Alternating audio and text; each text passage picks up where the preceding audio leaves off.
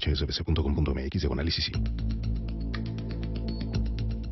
A pesar de la implementación de proyectos federales como el corredor transísmico, la refinería de Dos Bocas y el Tren Maya, pues con la novedad de que se acrecentó el rezago para la región sur, que es donde están encajados estos tres proyectos insignia del presidente López Obrador. Esto lo revela la primera edición del reporte El Sur de México, atraso, brechas y abandono de signos vitales. Vamos a platicar precisamente con el presidente de Signos Vitales. Él es Enrique Cárdenas, el economista Enrique Cárdenas. ¿Cómo estás, Enrique? Buenas tardes. ¿Qué tal? ¿Qué tal, Darío? Muy bien, muchísimas gracias. Buenas tardes. También te saluda Rogelio Varela. Saludos, Rogelio, Enrique. ¿Qué tal?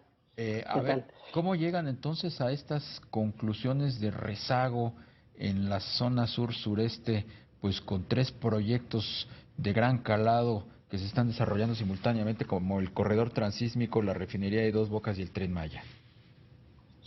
Bueno, pues mira, por varios caminos. Sí sorprende que las brechas se estén ampliando cuando pues son los proyectos emblemáticos por un lado, pero también cuando se habla de que el sur es la región a la cual hay que apoyar más, y con toda razón, porque es donde están los estados con mayor pobreza extrema en el país, y la razón es doble. Por un lado, los proyectos no están impactando como debería de ser en términos de bienestar, sobre todo de mediano y largo plazo, que es lo que se puede ver hacia adelante.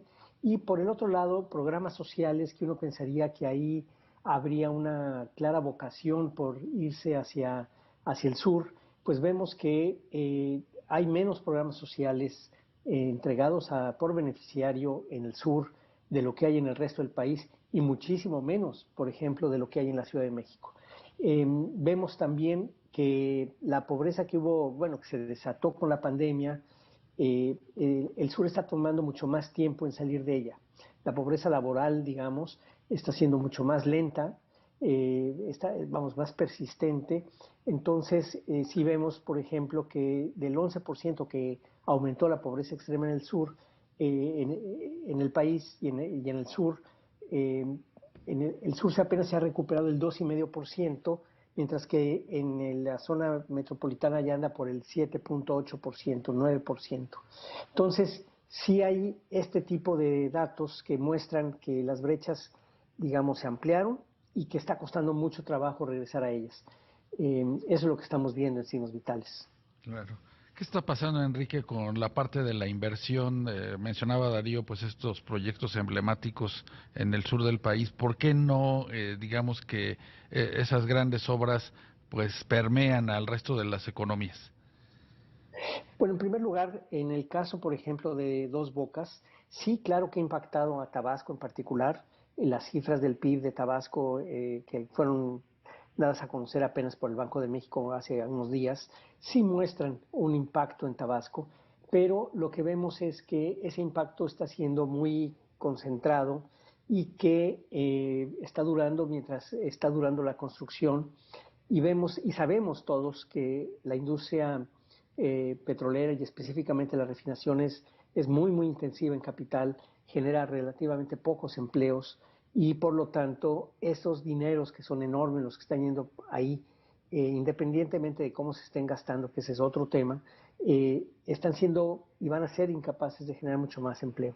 En el caso del Tren Maya, pues vemos que a la hora de la hora en el trazo, ya no solamente el del tramo quinto, que ha tenido tantísimos problemas, el hecho de que no llegue a Campeche, a la ciudad de Campeche, el hecho de que no llegue a la ciudad de Mérida, Sí. Es decir, se le está quitando parte, los eslabonamientos, ¿no? Es decir, la posibilidad de que haya mayor tracción de la inversión que se está haciendo para que pueda tener una mayor repercusión.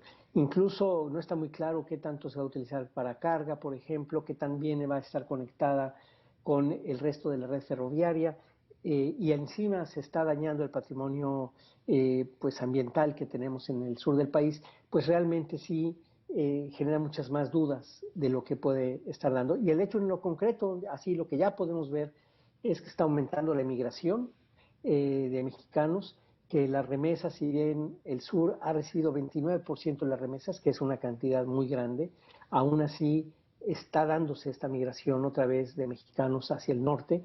Y finalmente, pues vemos que, por ejemplo, un sector que es muy importante, que sería la construcción, en el sur, tanto público como privado, la inversión en construcción está muy caída, más o menos a la mitad de lo que estuvo en el pico de hace algunos años.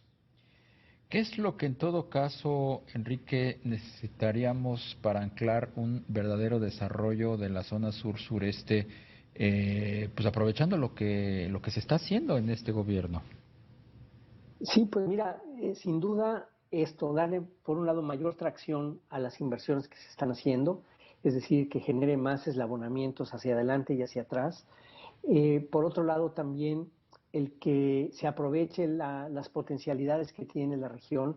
La reforma energética, como sabemos, pues se ha ido en contra de las energías limpias y Oaxaca pues es una potencia en términos de energía eólica.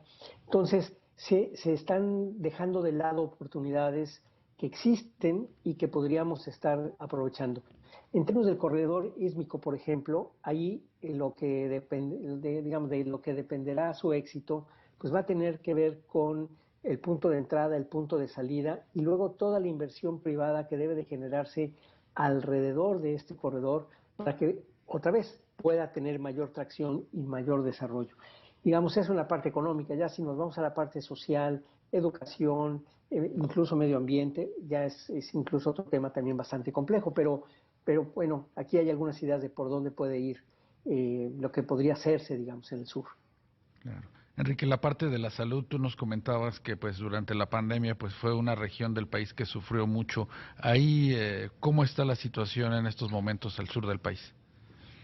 Pues mira, no muy distinto de cómo estaba, la brecha sigue siendo muy elevada. En, a la salud, a problemas de salud se están agregando problemas de seguridad alimentaria, que también la pandemia fue muy ruda en ese sentido.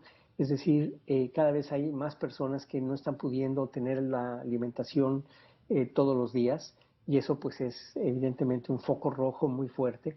Quizás me gustaría subrayar que con esto lo que pretendemos es visibilizar el problema, decir que realmente hay mucho que se tiene que hacer, que se tienen que concentrar recursos allá porque las brechas, en lugar de disminuir, están creciendo.